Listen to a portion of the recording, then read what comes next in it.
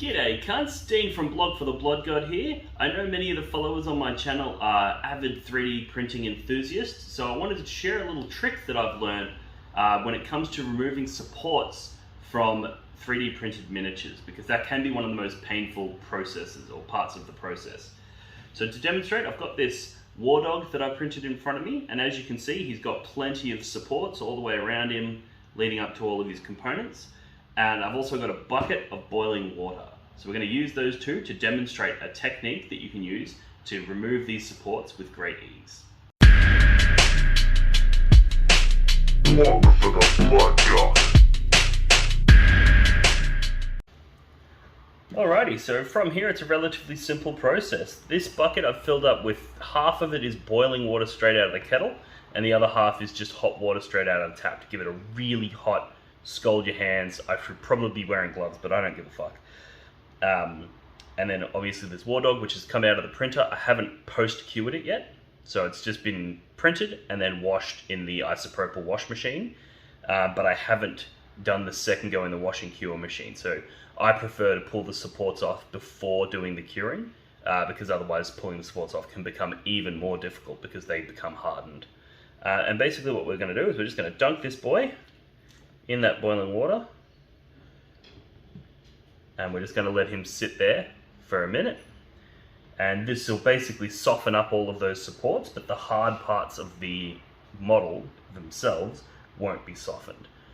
Conveniently, this guy's got a tail which is currently poking out of the boiling water, so that's going to be great with my lack of preparedness when it comes to gloves.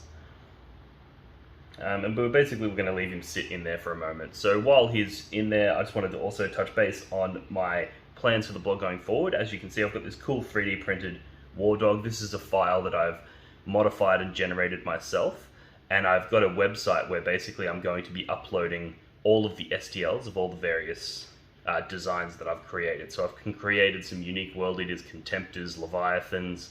I've created these war dogs. I've created a bunch of special characters. So I'm basically going to put all of those up on my website, and they'll be free STLs to download. So I'm not looking to make any money out of this stuff. I just want to share and engage with the community a little bit in the 3D printing space. Alright, let's have a look at this guy, see if he's done. So we're going to pull him back out. As you can see, he's nice and wet. But as you can see, all of these supports will now just peel away. Super, super easy. I would recommend wearing gloves for this because, as you can see, it's a bit sticky, it's a bit messy. For those of you who are a little bit more sensitive to that sort of stuff, I don't really care. And this is beautiful, like you don't need clippers, you don't need anything. It peels off clean right at the point where it intersects with the model. And it just makes your whole life a shit ton easier. It'll probably be worth getting in there with the clippers to get all the stuff that my fat fingers can't reach. But by and large, you should be able to remove all of your supports this way by just dunking him in some boiling water. And there you go, there you have it. Yeah, so this war dog I've created, I've got, he's basically going to be, because the Chaos war dogs are a different profile to the armatures, different data sheet. So I thought it would be fitting for him to have his own unique model, and I saw one of these converted, somebody converted one out of an armature kit, and I loved it. I don't know who it was just something that somebody sent me on Google. But I thought, now I was like, it's an expensive conversion because you require 2 sets of legs, you know, you require all these other components. So I just sort of went, yeah, that's cool, but never going to spend that kind of money on a conversion. But the beautiful thing about 3D printing is you don't have to spend that kind of money because you can just print it. And yeah, so that's what led me down the design route for this war dog. And yeah, so now my plan, once I've peeled off all of the remaining supports, I'll have to get in there with clippers for some of these bits on the inside. Or you could even use the back end of a paintbrush to just sort of poke them out to get to the bits you can't reach. Yeah, once I've done that, I'll give him another quick wash, which will just get rid of any little bits and pieces of supports or any of the uncured resin that was obscured by the supports. So another wash through the wash and cure machine, and then I'll put him in the cure to harden him up and finish him off. And then it's time for painting. Alrighty cunts, that's all there is to it. So we've got the War Dog in front of me, I've post-cured him now, he's good to go, he's ready to be painted, and as you can see, all of the supports have been removed with no damage to the model using the hot water technique.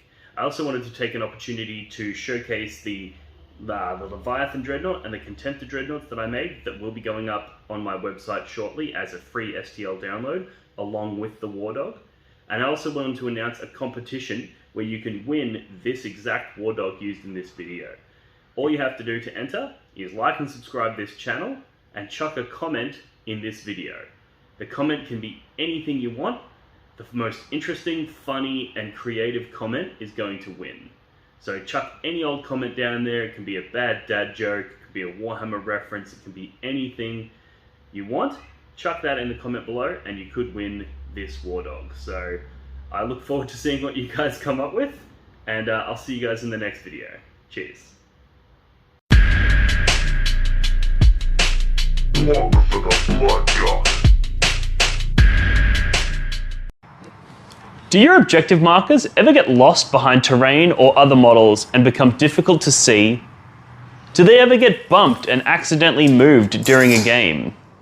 And do they ever spark arguments about distances? Well, not anymore. Introducing the blog for the blood god, not even remotely patented neoprene objective markers. Made from the same material as astronaut suits, or maybe military equipment, or probably neither of those things, this 2mm thick neoprene synthetic rubber is tear resistant, water resistant, and is designed to last. But that's not all. The blog for the blood god, not even remotely patented neoprene objective markers come in a variety of different designs and styles to suit any faction represented in the Warhammer 40,000 universe. These objective markers are a perfect gift for yourself or a friend, and are a perfect way to flex and show your opponent that not only are you a smarter, cooler, and better 40k player than them, but you also have more disposable income than they do. For the low price of $25, you'll get not one, not two, but 6 neoprene objective markers, perfectly designed for 9th edition Warhammer 40k. But wait, there's more. For a limited time only, people who sign up on Patreon to support Blog for the Blood God as a Skull Champion tier $5 per month member will gain access to a custom design service where I will design a unique logo to support their gaming club, like the one I did to the left here for the Potato Farmers local gaming club here in Melbourne. Follow the links in the description of this video to pick up your set today.